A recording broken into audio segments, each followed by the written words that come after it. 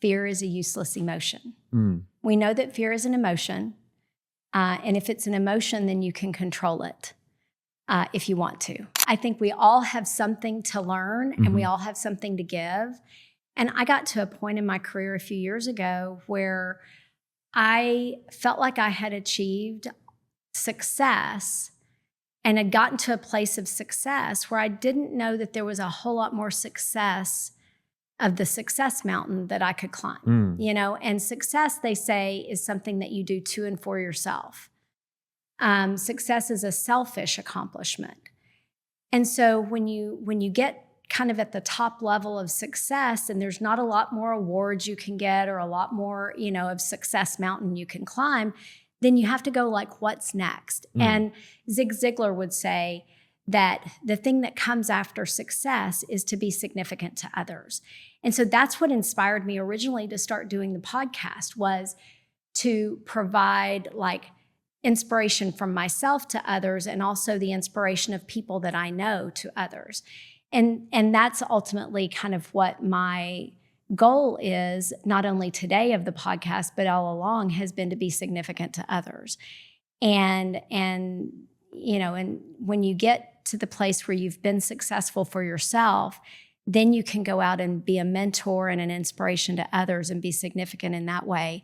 Then that's where you grow beyond yourself. No, I love that. I mean, I'm a former college basketball player. I'm an athlete. I follow a lot of athletes' stories, and obviously in sport, success is very tangible. You see championships, you see banners and rings, but athletic careers are not very long in life, you know, relative to life. And Kobe Bryant is somebody that I've always looked up to. And after his basketball career, rather than sit there and be confused and just be like, okay, well, he reached the mountaintop.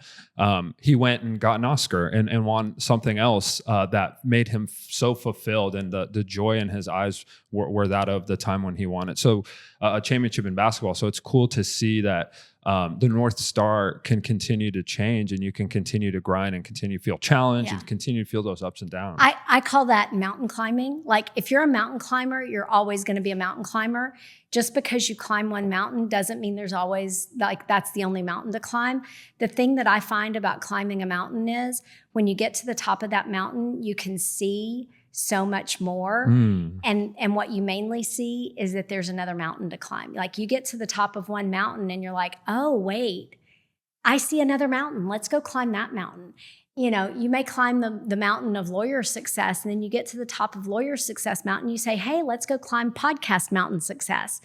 And then you go like, and I'm not anywhere near podcast mountain success. Maybe we'll get there. But like, so then you go climb podcast mountain success. And while you're climbing that mountain, then you go like, oh, there's another mountain. Let's go climb that mountain too. Or let's go climb that mountain instead. Or like, just because you're doing one mountain doesn't mean there aren't other things you can do too. And I probably am a little guilty of climbing too many mountains at one time.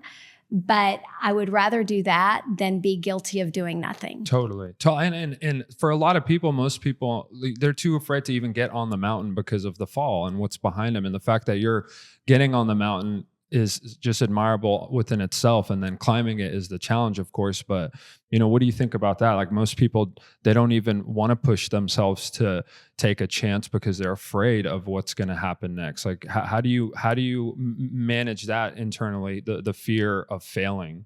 Yeah, I have a saying, fear is a useless emotion. We know that fear is an emotion.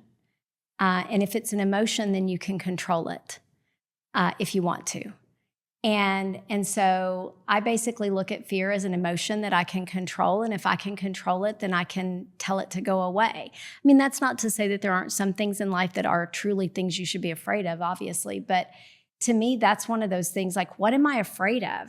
And the way that I look at fear is you say, okay, what am I afraid of? And you answer that question. And you ask yourself, why am I afraid? Like 5 times, and you get deeper layer 5 times. And what usually happens is that when you get to the 5th layer, it almost always comes down to fear of judgment of others. Almost always, whatever it is, it doesn't matter what it is. It almost always at that 5th layer is, I'm afraid of the judgment of others if I fail. And if that's what you're afraid of, like we're born alone and we die alone, and all those other people are probably thinking about themselves and their own fears anyway. So why are you worried about what they think? So, if all you're really, really, really at the fifth layer worrying about is the fear of others and what they think of you, then what is there to be scared of? Like, go do your thing. Like, nobody's going to do your thing for you. And God put us here, whatever you believe him or her to be, like God put us here for a purpose, not to lay on the couch. Like, you're not put here to lay on the couch. I mean, God created couches and some pretty comfy ones. But like, God didn't really put us here to lay on the couch all day. So like, let's get off the couch. Let's go accomplish some objectives, like whatever those are, whatever your interests are, whatever whatever that is, like, let's get up off the couch and go do stuff. And if all you're afraid of is the fear of failure because you're afraid somebody's going to judge you, like, you're not that important. Like, get the fuck over it. Sorry, but like, get over it. Clock it. Clock that. Do that for me. Clock it. Clock it. Do you know what that means when people say clock it? This is a new millennial Gen Z terminology, but when you drop a bar like that, an absolute bar, clock it means like register it. Like, listen. Yeah. Okay. Clock that shit. Now I'm going to do that all the You time. got to do it. You got to do it. Yeah. I mean, you got to get over yourself. Like, if you're afraid of failure, that means you think you're so important that you can't go out and try. Like, all the people that have accomplished great things, that's one of the things I love to talk about, people's failures. And I've done a lot of that on the historical podcast episodes that I've recorded. When I have guests on my podcast, I love talking about people's failures, especially the more successful the person. I love talking about, I call it the ditch moments. The time you were so far down in the ditch that you didn't think you would see tomorrow. And then how the hell did you get out of it? What was the first thing you did to get out of it? The second thing you did? How did you get out? And then sometimes when you're still in the ditch, life kicks you back down in it and you get another mouthful of mud. And how do you get out of it? Because like, the thing that I have found consistently with all of the successful people I've interviewed, from billionaires, millionaires, athletes, whatever, consistently, all the successful people that I've interviewed, I have found that they've all gone through failure. And if they let the failure define them, they would never have been successful, because you don't change and you don't grow from success. Bars. That's facts. Yeah. I mean, people, and I try to tell my little brothers this, I try to tell people in my life as well, like, you're not that important. It's not that serious. People don't really care about you. Right. That's all Everybody's worrying about themselves. They're all sitting there worrying about, like, does my butt look big in this pantsuit? That's what everybody's worrying about. They're not sitting there going, your butt looks big in your pantsuit. I mean, some people maybe, but like, what they're really comparing is their butt to your butt in the pantsuit, right? They're really comparing themselves. They're worrying about themselves. If they're judging you, they're judging themselves. And so, like, they're really just thinking about themselves. Totally. Total projection. And keyboard warriors are very, they're going to come in these comments too and do the same thing. Oh, good. And it's also Thank you for playing. Yeah, of course. Thank you for playing. But it's also just a moment where they think it and then they're over and they're thinking about the next thing. So it might sit with you, but at the end of the day, you're not that important, and people just forget because there's so many things going on. So it's easy to project and talk shit. It's hard to get on the mountain. It's hard to put yourself out there. It's hard to fail and get up. Those are things that are difficult. But like you said, we've had the pleasure of working with some pretty amazing people, and that is the common denominator, is that they embrace their failures and they use them as lessons all the time. That's how I look at it. Like, I mean, I would be hard pressed to sit here and tell you. I mean, I've had plenty of failures, but I don't look at them as that. Like, they're lessons. They're not failures. They're growth. They're not failures. Like, they're obstacles. They're not failures. They're stepping stones. They're not failures. I don't really even like the word fail or failures. It's not really a word that I even embrace in my vocabulary, because I think of everything that you go through as a pathway to moving to something else. Even if it's, in college, you took a class and you literally failed a class. well, guess that's not going to be my major. Yeah, I mean, moving on now. Like, Yeah. I mean, I just don't think of anything in life really as a complete failure because you learned something, you grew from it, you learned what not to do, you learned what you're not, whatever. I mean, everybody can grow from something. I mean, right now, for example, Jelly Roll is all the rage in country music. He went to prison. Like, most people think of prison as a failure. And in many, many ways, it is a failure to society, right? Well, he came out of prison. He looked at it as paying his debt. And now he is wildly successful. He is maybe not the best. Like, we're not going to say he's Andrea Bocelli as a musician, right? Like, but he is wildly successful. Why is that? Because he's authentic. He's real. Like, he's gritty. And he's making something out of his ditch, right? That people can relate to. And, if you can't find some inspiration in that, and the fact that he gets up on a stage and almost every time he's on a stage, he witnesses to God. Like, if you can't find some inspiration in that and get off the couch from that and from Jelly Roll, like, come on. Shout out to Jelly Roll. Shout out to Joe. Yeah, I want to interview Jelly Roll. We're Jelly Roll. Shout out. We're big that. fans. Come on the show, and we're gonna manifest. It's gonna happen. That's right. He's got a lot of soul in his, and you can feel those. Just feel it. You could just feel it. And I share another thing. Yes, go for it. We both lost a lot of weight. Yes, and we're gonna get to that. I do want to touch on that. I want to talk about, we talked a little bit about this off camera yesterday, the fountain of youth, and how surrounding yourself with different generations, younger people, different new ideas is a fountain of youth. Another fountain of youth for me is language, is the language that my 18-year-old cousin will speak, the language, the words, the vocabulary. We did clock it a little bit earlier. Another one is L's and W's. Okay, so when the chat comes in, they'll say W Michelle because you said something good. Okay, so that's how they speak. They'll be like, W Michelle. And then L's are the failures or the losses. But L's are also the lessons. And that's what I look at. To me, I think of the movie Jerry Maguire and the L and Jerry Maguire. Right? Yes, the L and Jerry Maguire. But what does that L stand for? Losses. Yeah. Lessons. Loser. Lessons though, right? Oh, okay. Yeah, right. It is. That's how I look at it. It's an L is a lesson. Well, in Jerry Maguire, it was like literally loser, right? Yeah, exactly. But failure does teach you a lot. And it translates to success. And I do want to talk a little bit about success too, because in terms of mountains, you've climbed pretty big ones and you've reached, the heights of those mountains.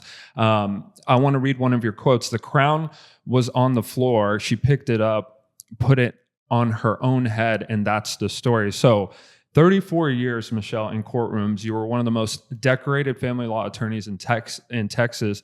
Tell me about that part of your journey and kind of getting to the mountaintop and the lessons that you learned. Yeah. I mean, the quote basically means like, nobody's going to do it for you, right? Like, nobody's going to give you the crown. Nobody's going to, come up and invite you to the crown. If you're waiting on somebody to coronate you, you're going to wait a long time. That's one of the things that I call is kind of the difference between a princess and a queen. Queens take the crown. Queens pick the crown up off the floor and put it on their own head. Princesses wait to be invited. And that's one of the lessons that I've learned, success, success is what you make it. You have to go grab it. And as a woman lawyer in a very much a man's field for the past 30 something years, when I started out, it was not something that was going to be handed to me. Women back then were not necessarily going to be sponsors and mentors for other women. The men were more of my sponsors and mentors along the way than women were. Can you tell me a little bit about that specifically? Like, back then, and we can talk about right now too, but why was it that women weren't sponsors? Why wasn't that mentorship? I think that's gotten better now than it has, but it's not 100% better. But back then, I think that there were so few opportunities for women that women felt that they had to compete, right? Now, I think a lot of us realize that there's enough success to go around. Like, success is not a finite resource. There is an infinite amount of success. Success is what you make it, and you can go grab it and get enough for yourself and have enough for your sisters. But back then, I think that women were having to be scrappy and just grab what they could. And so it was a lot harder to be collegial to your sisters and bring them up with you. And so, women were scrappy and competitive with each other. And it was unfortunate that a lot of women would gain success by pushing their sisters down rather than, bringing their sisters up with them. And so, over my career, I've had a lot more men lawyers and men businessmen that have been mentors and sponsors for me than a lot of the women that could have or should have been. And that makes me sad. I wish, and I've tried to make that different in my career, especially as I've kind of gone from this place of success to significance. But I think that over the years, for me, I don't know that I even, achieved all the success intentionally. A lot of times success is things that happen that you don't have any control over. You get this Super Lawyers Award, or you get this Best Lawyers in America Award, or whatever. And those are things that are external. Like, I don't control that. There's nothing I can do to get that. Those are things that other people judge me for. And the saying I have is, like, don't judge me by my bad hair days, but also don't judge me by my good hair days. Like, I am neither the best of my best days nor the worst of my worst days, right? You can't judge me by the outliers of either of those. So, those external awards that I get, or, the external recognitions, those are wonderful to have, and I'm very proud of them, and I'm very proud that I'm voted on by my peers to have those. But I'm neither the best of those nor the worst of those, And just because somebody doesn't have them doesn't make them the best of them or the worst of them either. Totally. It's so fascinating to listen to you speak about really the journey that you've been on and all the different connections. Mentorship is something that I'm very keen on, and brotherhood for men, right? I was raised by a single mom, and I believe in the power of a queen's mindset. But my community and the people I've learned from have been really strong leaders, have been men, and mentorship is a big piece, and brotherhood's a big piece. Can you speak on mentorship, for you coming up, and what it means to you and what that looks like from a queen's mindset? Yeah. So to me, there's a difference between mentorship and sponsorship, right? Totally. So mentorship is somebody kind of giving me wisdom and guidance directly and telling me how I can be better and do better, or me observing and watching somebody that is better and has done better. And I've tried to do that, the observational part, and, gathering wisdom from those who I perceive to be worthy of observation throughout my career. I remember as a young lawyer, I would go to court and just watch trials and watch trial lawyers to learn. There was a trial going on when I was a super baby lawyer in Bell County, a lawyer named Vic Fazell. Okay. And he's still around. He's still around Waco. But I went and watched him try a case when I was a baby lawyer, and I didn't have a whole lot of work to do at the time. I had a solo practice. Didn't have a lot of work to do. And so what do you do when you don't have a lot of paying work to do? Well, you have to edify yourself. You have to keep edifying your own learning so that when you do have work to do, you know what to do. So I went and watched this guy in trial, and he was trying a case against a female lawyer from Dallas. And so in Central Texas, it was one of the first times that a female lawyer from Dallas had come to trial in Belton, in Bell County. And it was the first time a female lawyer had worn a pantsuit in trial in the Bell County courthouse. And that was all the talk back then. And this is, 30-something years ago. And so that was kind of a first, and all the lawyers were a Twitter about, this woman wearing a pantsuit in trial. And, and then watching kind of how this woman, I don't even remember her name, but she tried this trial, and he was this plaintiff's lawyer, and they tried this case. And I sat there and watched most of the trial and kind of observed what I thought of how they did it and strategically how they maneuvered the trial and kind of sat there and predicted what the jury might do or whatever. And I don't even remember how it came out, but, it was just, for me, I tried to observe and learn, and what would I do if I was that side, and what would I do if I was that side, And so like, he probably doesn't even know he was my mentor in that situation. And whoever the lady lawyer was doesn't even know that she was my mentor, because she gave me permission to wear pantsuits in court at a very young age, when women weren't really in the place to wear pantsuits, especially in rural Texas courts. But there she was, glorious, and she was very tall. So she looked really good in her pantsuit, right? And so, she was glorious wearing this pantsuit in court. But and then along came, several other mentors that I've had along the way. Mike McCurley, a famous Texas family lawyer, who was one of them. And just being able to observe that and then, and get wisdom that they poured into me has been very important. Sponsorship is a different thing, though. Sponsorship is when somebody says your name in a room that you're not in. And that's a whole level up from mentorship. Like pouring into somebody and giving them advice and telling them things they can do to improve, that is immeasurable. But when somebody says your name in a room that you're not in, like that is a level up from where you're at, Totally. No, there's so much that you just said there that I want to unpack a little bit of, because I think it is very powerful, especially for people today who, there's a lot of, there's a lack of like a job market for people, and a lack of opportunity for people. And I think they're afraid of losing, and we can get into AI and get all these topics, down the road. But what you said there about how you had a practice, it was slow, and instead of just kind of sitting waiting, you went and sought knowledge, and you went and sought these experiences through like an audience perspective. You got mentorship through that experience. It wasn't even just like approval from the person, or that person willing to share their time with you. It's like, no, I'm going to go and manufacture this mentorship for myself. I mean, I think that's super fascinating and a really good lesson for people. No, 100%. I think you can gain mentorship. You can gain it from reading biographies. You can gain it from what back in the day we would call automobile university, right? Listening to educational material while you're commuting. I think that, one of the things that I try to do for myself, even today, I literally did it today, was the minute my feet hit the ground, I decide what I'm going to listen to while I'm showering and doing my hair. Today, it happened to be Grant Cardone and Damon John, an interview between Grant Cardone and Damon John.